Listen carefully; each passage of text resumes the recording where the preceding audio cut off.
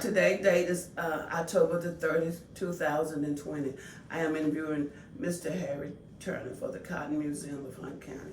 Good morning, Mr. Turner. How you doing? Good morning. I'm really excited today. Looking forward for this interview, and thank you for your willingness to participate. I thank you for the opportunity. First question, did you grow up in Hunt County? And where did you grow up? I grew up in Hunt County, right here in Norwich community, more or less. I was born about 2-3 doors down, actually. And my mom and dad divorced, and she moved to Phoenix, Arizona at the age I was about 2 until I was 12. She later divorced again, and I moved back to stay with my grandparents. At 12, left here, went to New York City for about 6 months with an aunt, and came back at about 13 and been here ever since. So you have a love for commerce. Real for Texas. Tell me some of your fondest memories of growing up in the Norwich community. At that time, Norwich community had a lot more citizens, a lot more people, and more houses.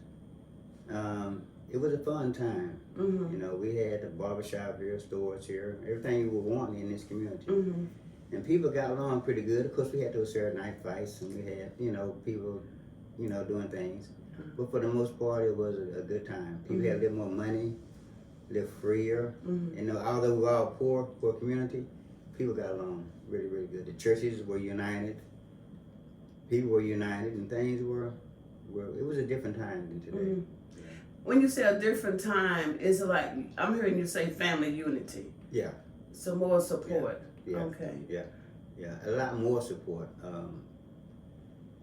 There are many families in this community who were one-parent families, just a mom trying to raise 7, 8 kids. And it was difficult for them. But everyone else in the community lent a hand. Whether it was some flour or a chicken or whatever, they all kind of helped each other. And so after them, protected each other. And if they saw your son doing something wrong, they let you know. So it was a good time. I've heard a lot about the schools in the North community. Would you tell me a little bit about the school here? There was one school here in this community. It was first called the Commerce Colored School. And there was a gentleman by the name of P.A. Norris, and he was a wealthy merchant here in town. He donated the land and property for Norwich School now sits. The first principal may have been Dr. Meadows, Mosby, I think it was. And then Miss A.C. Williams came in the 1950s until the school no longer existed. But that school was important because, like the church, it brought everyone together. It was a black school, it was a segregated school. But everybody knew everybody else. They all got along. We all had a good time. We had several good athletic teams, basketball teams, state championship teams, district championship teams, and our notoriety really went around. Yeah, it was a good time. Yes, it did. Tell me about the family. I know you are related to the Champion, and I've read a lot of information about the Champion family. The Champions, my mother was a Champion. And my uncle, Harry Champion, his wife, Ann Champion, was school teacher at Norwich. He was my basketball coach and my history teacher, my mentor, and someone who kept me in line. And my aunt, Ann Champion, she taught mathematics and homemaking, I think, for a while. And she also kept me in line. My father, W.T. Turner, was basketball coach. He kept me in line. So all my relatives were school teachers. I was raised, my mom and dad divorced early on, so I was raised as a Champion, although I'm a Turner. And I was very, they spoiled me. They're real bad. You mentioned Harry Champion. As I recall, he was a judge. Yeah, he went to the Army, World War II. After that, he came back. He got his education from Texas College. And he began first teaching in Ladonia at Fannindale. At that time, I think it was called. And then for about 2 years, then he came over here to Norwich, where he taught for a long, I think over 30 years or so. Then he retired, became Justice of the Peace Precinct 2 here in Commerce for several years. Then he retired and kind of laid around till his death. Okay. Yeah, you do have, you're right, it's a rich family history. Want to ask you about, you said you were raised with a lot of positive figures. Identify one who was your family hero. A family hero? Really, I saw something in everybody. Maybe Mr. Williams, like maybe my school teachers probably. Yeah, probably my school. They're my heroes. Up to a point, they were. I don't know if I had any real heroes, you know, at the time. There were people that I looked up to, admired, and had respect for. But as far as saying I want to pattern myself to be exactly like that person, I can't identify with anyone like that. Oh, okay. So I just love when you said you grew up around school teachers and professionals. That is wonderful. I know the school here was in the Norwich community, and it was a segregated school, as you mentioned. Tell me, how was Commerce able to transition with integration? How did that work out for the school? Very well. Surprised me. Commerce integrated here in the 65-66 school year. I had graduated in 64, so I was gone. My wife was in the 65 class, so she went 1 year. But it was very peaceful. There was no riots, no race, no racism, no this and that. I think for me, racism was shown in other ways rather than just physically. Okay. It was shown with the pen by giving you D's and F's. You know what I mean? So that's one way of doing things. It was different. It took a year, a semester or two, I think, for things to kind of get like it should. Calm down. Okay. Now, as a child growing up for me, as a child growing up in the other communities, we knew Commerce was the school we wanted to attend, but we were not allowed to attend Commerce, East Texas State University back then in Commerce. But we know that people who lived in Commerce, who owned who owned property, had to pay taxes, but they were not allowed to attend the college. Could you explore a little of that? In 1964, my high school I was a senior in 1964. My high school team had won the Class A state championship. I was a valedictorian of my graduating class, and I had 13 scholarships. And I thought I could be a good basketball player. So I had went to Cisco Junior College for a year, not for a semester. And then I had came back to A&M University. At that time it was East Texas State, at that time. And my coach was Norman Pilgrim.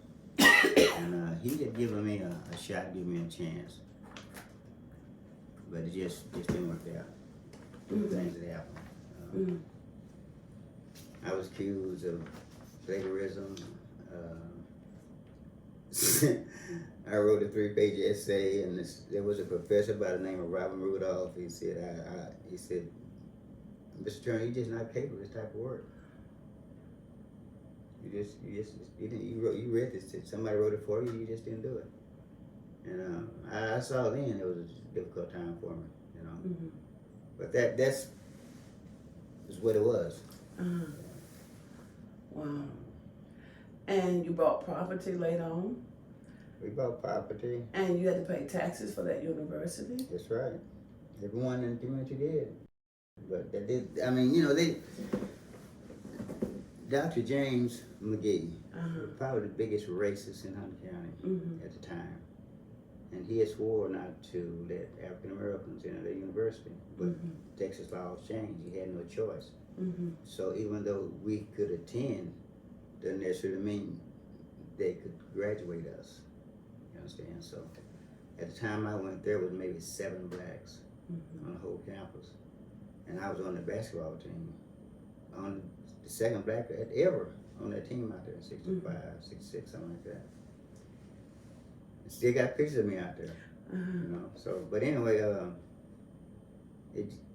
it was a different time, and time wasn't right for it to be. Okay. You know, it just wasn't right. Okay. Was there any protest against being forced to pay taxes on the university that you could not attend? Did the community protest? None that I know that. Okay. No. Yeah. Okay. Okay. Then. That was just interesting to me. That you was not welcome, could not attend, but yet the city government wanted your tax dollars to support the university. You had to pay taxes or lose your property, lose your land. You had to pay school taxes. You had to pay different types of state taxes at the time. Mm-hmm. And some of it went to the university. University it went through a transition itself from state, from doctors, from one administration to a type of another, from a college to a university, and then a name change and all kind of things happen. And even now, the university doesn't depend upon the city of Commerce for nothing. Oh, okay. They really don't.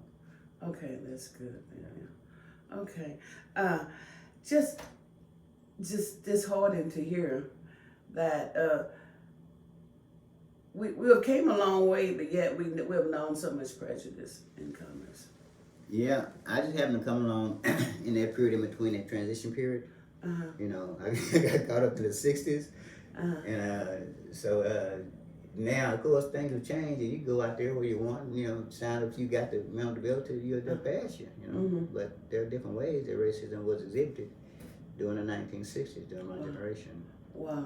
And so it's a great change. I tell my kids about it, my grandkids. I've got 4 kids, 6 grandkids, and 3 or 4 great grandkids. You know, and they can't believe it. They can't believe about outhouses, and can't believe things about midwives. They don't know what a midwife is.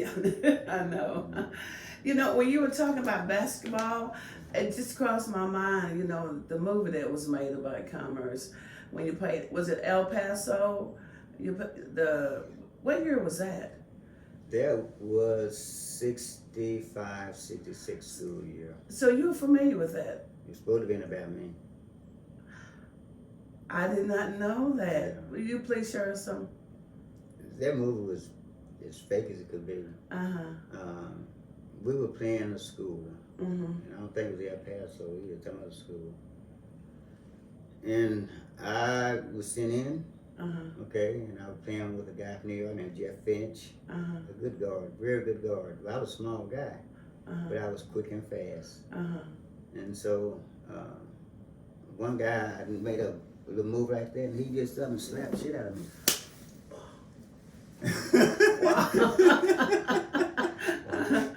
So I looked at the referee and said, "Hey man, what's up? You know, come on, nigga, play ball." Wow. So you know, that was a lesson in reality. It really was, because even a boy from the South, that was really different, you know, for me. So that did happen. I only played for the university a couple of years, maybe a couple of games. And the next semester I said, to hell with this. I can't do it no more. My wife was pregnant. I had to get a job, raise my kids. And I just saw that I didn't have a shot. Yeah, it just wasn't for me. So a year later, I went back. You know, went to night school and went up to my junior year, but I just never did get my education on it. Wow. This is an educational experience for me. Thank you so much. You can't believe the movies, though. I mean, you know. Okay. Yeah, you can't believe everything in the movies. I worked for the defense department for 20 years, L3. Right? And so some guy had saw the same thing that you saw, so he knew that. So he came and asked me about it. And I said, yeah, well, you know, some of it's real, some of it ain't. You know, it's just funny. Yeah, it just crossed my mind. We're talking. Very interesting. Yeah. Thank you for sharing that. Are you retired now? Oh yeah. As you look over your life, because you have a lot of experience, as you look over your life, how do you judge your success? Well, that all depends on what you mean by success. I don't think I'm successful. There was a period of my life when what I told you now has been my 20s. Uh-huh. But there was a dark period of my life. For about 10 years, I say from about 35 to 45, I was drinking about 3/5 a week. I was drugging it up. I was motorcycle. I didn't care. My wife Mary left me, and my mom had passed. I had to come to a rude awakening. I continued drinking liquor and smoking, and what I'm doing in live. So I found Jesus. It's been 40 years ago. Wonderful. It's still kind of touching me when I think about it. Been through a lot. Yeah, and your wife stood by you. 53 years. Wow, what a blessing. Yeah. 3 years. Wow. And when you talk about your family and your wife and your children, I see this glow on your face and smile. Yeah. And I know you're really active in the church here. Tell me about your ministry in the church.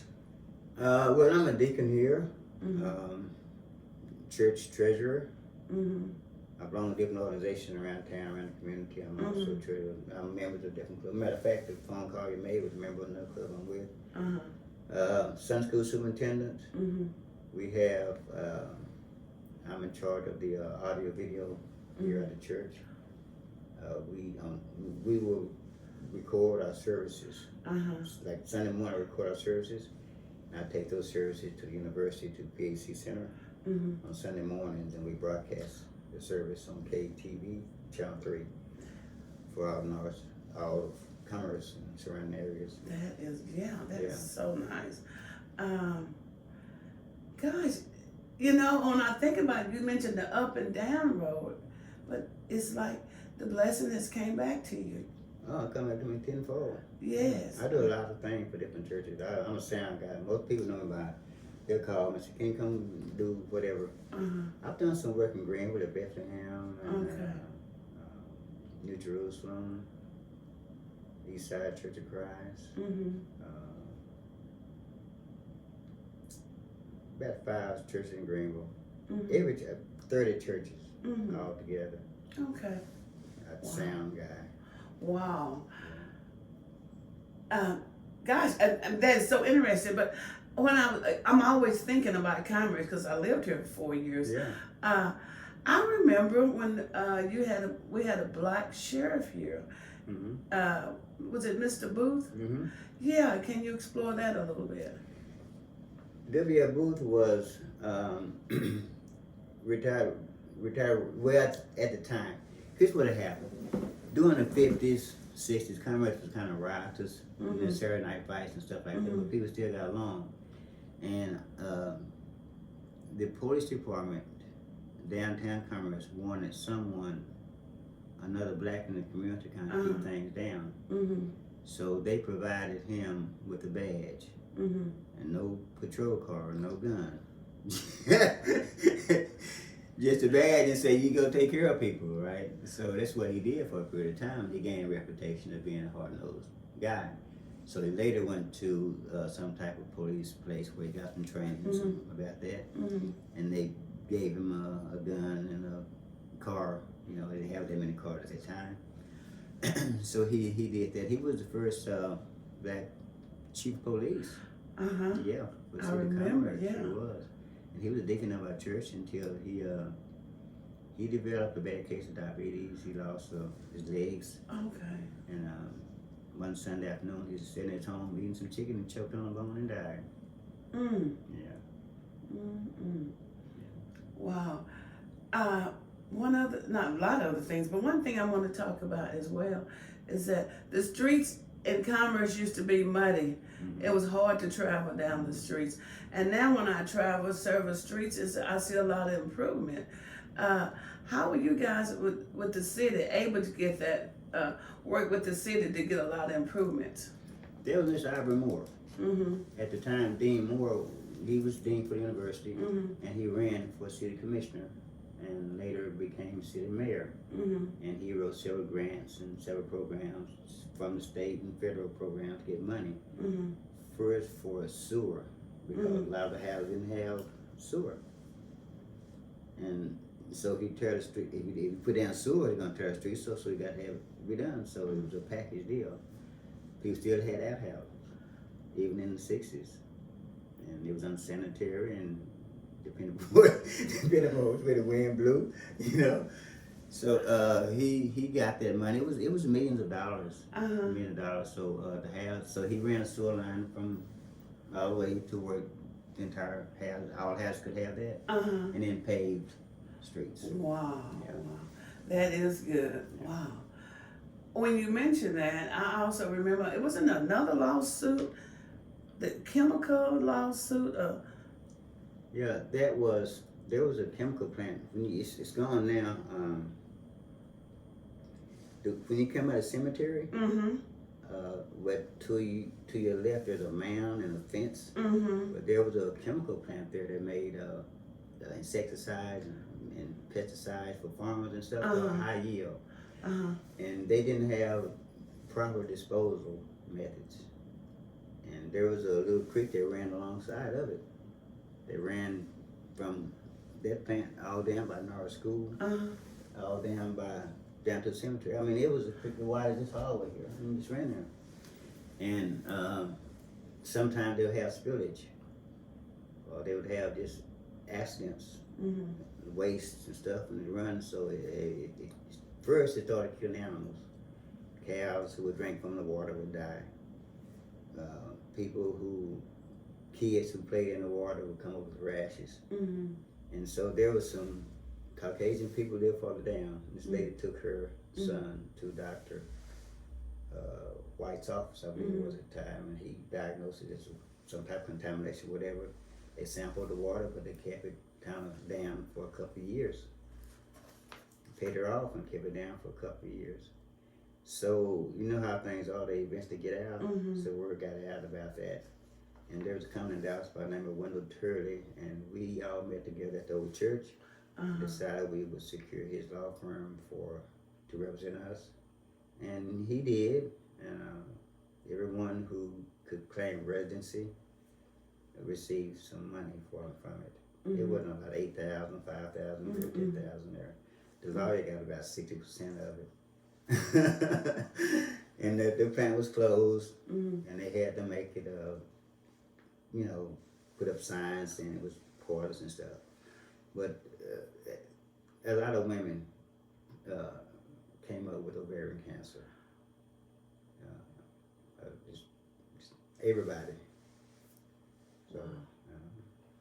I remember reading about it years ago. Yeah, wow. Yeah. It was sad. It was a sad situation. It was.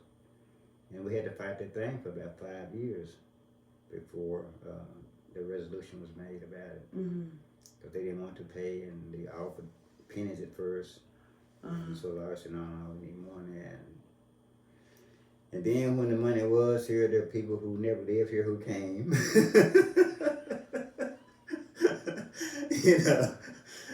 I was in my yard one day, one guy said, where's Norwich School at? I said, they're here to give me money away.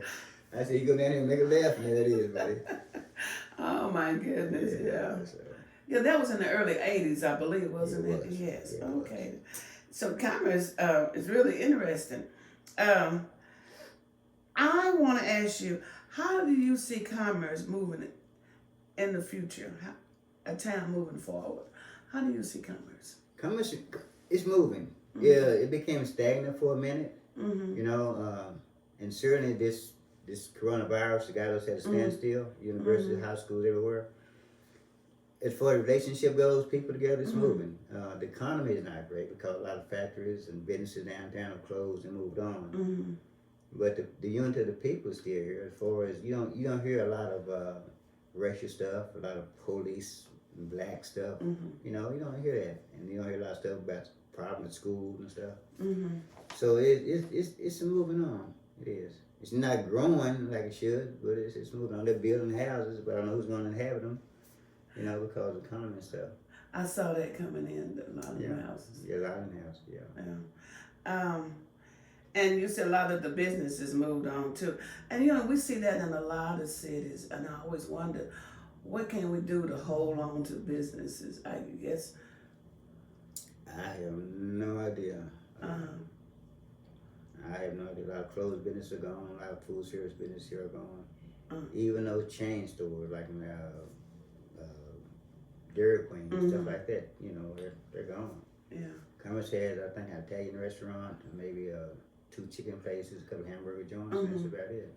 Yeah. But no food places, nowhere to shop, nothing Yeah. to really be here for, other than university. Yeah, I was going to say this stuff for the university. Yeah. And that's one thing that I and other groups are working with. We're trying to bring the university and the city closer together. Yes. Because there's too many people that I know, black and white, who will not set foot on campus.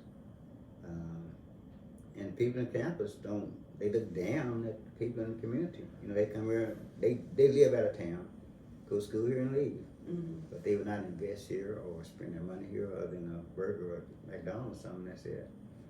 So we could bridge that link, and I've been working with some of the churches around town and try to come up with some ideas. Oh, okay. That is really interesting. Mr. Turner, I want to thank you so much for this opportunity to interview you.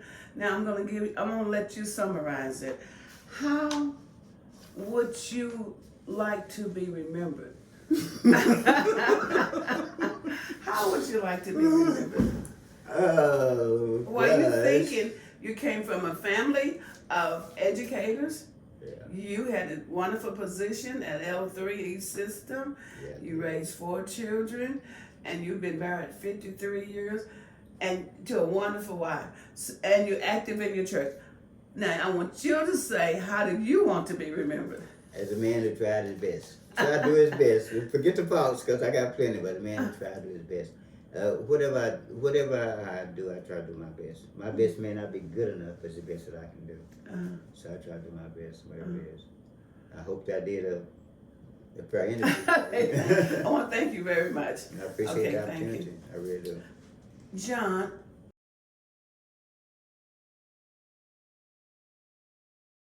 What do you want to know about me? okay, John, did you turn it back on? I was reading about Needleville as well, and I also know that it was started by the Brigham family, and it was known as an African American on the Texas registry as a little small African American town. So I know there was a lot of information of a St. Paul school. Could you tell me a little bit about Needleville? 2 of the older families, some of the oldest families in Needleville, as you say, are probably the Brighams, the Wilsons, Brigham, Wilson, and maybe one other family. Not many left today. Okay. It was a small community of about 200 black agriculture, mostly farmers. You know, they'd sell outside of Greenville. And they had a little country school, and they called it St. Paul High School. At the time, in commerce, Norwich school only went to the 8th grade. So in order for you to get a high school education, you had to go to Needleville. So all the black kids from Commerce, Ladonia, Wolf City, they were except Cooper and Silver Springs, either went to Greenville or to Needleville. So from Wolf City, Commerce, Ladonia, all these kids, and Salina, Emory, all those, they went to Needleville. Wow. That was the high school. Wow. A lot of students. Yeah. Oh gosh. Yeah. They had 5 buildings. They had a gym, 2 other buildings, a cafeteria. It was a campus. Yeah. It was for about, I guess, my mom and dad, uncles all went to Needleville. And it was there until Norwich School was built here in '52. But in the 30s and 40s is where he went to Needleville. Wow. Yeah. I've heard stories about the old bus. They said they had an old bus. They bounced everywhere trying to get to school. And that bus went everywhere picking up children. In Needleville? It probably did. I don't know. It was before my time. Yeah. Probably did, yeah. And today, is it still known as an African American community? Yeah. Okay. It still is. Not like Commerce and rest. A lot of people gone, younger people. the school buildings and all that's gone. You know, Mm-hmm. they don't have a marker up there. They don't have nothing up there. They should have. Yeah. But yeah, it's all gone now. Okay. But there's, as far as I know, it's still all African American. I don't know of Okay. any other races there right now. Okay then. Yeah. Yeah, I've heard a lot of stories about it, but I didn't know they had 5 buildings. Yeah, it was a campus. Yeah. Okay. You know where the church is? St. Paul Church is? Yes, Right across the street of it. It's a big pasture now. uh-huh. And there's one little road, so you can tell, the way you can't tell it, but there's a little road you went there, and then you had the gym. I played in the gymnasium. Wow. Yeah. And they had a cafeteria. All wooden buildings. Mm-hmm. Yeah, all wooden buildings. Uh-huh. When you mentioned wooden building, I thought about the outside accommodation. That's what crossed my mind. Yeah. I really thank you for that information. Well, I hope it's been helpful. Okay, thank you. Most of it I told you is at the university or somewhere. I think I've done so many interviews. I hadn't done something like this in a while, Mm-hmm. but a lot of stuff's on the Yeah, I did read one. I was able to locate one through the university. Yeah. And I again want to thank you for keeping this history alive because we need this. Thank you very much. I appreciate the opportunity. Okay. I truly do. Okay.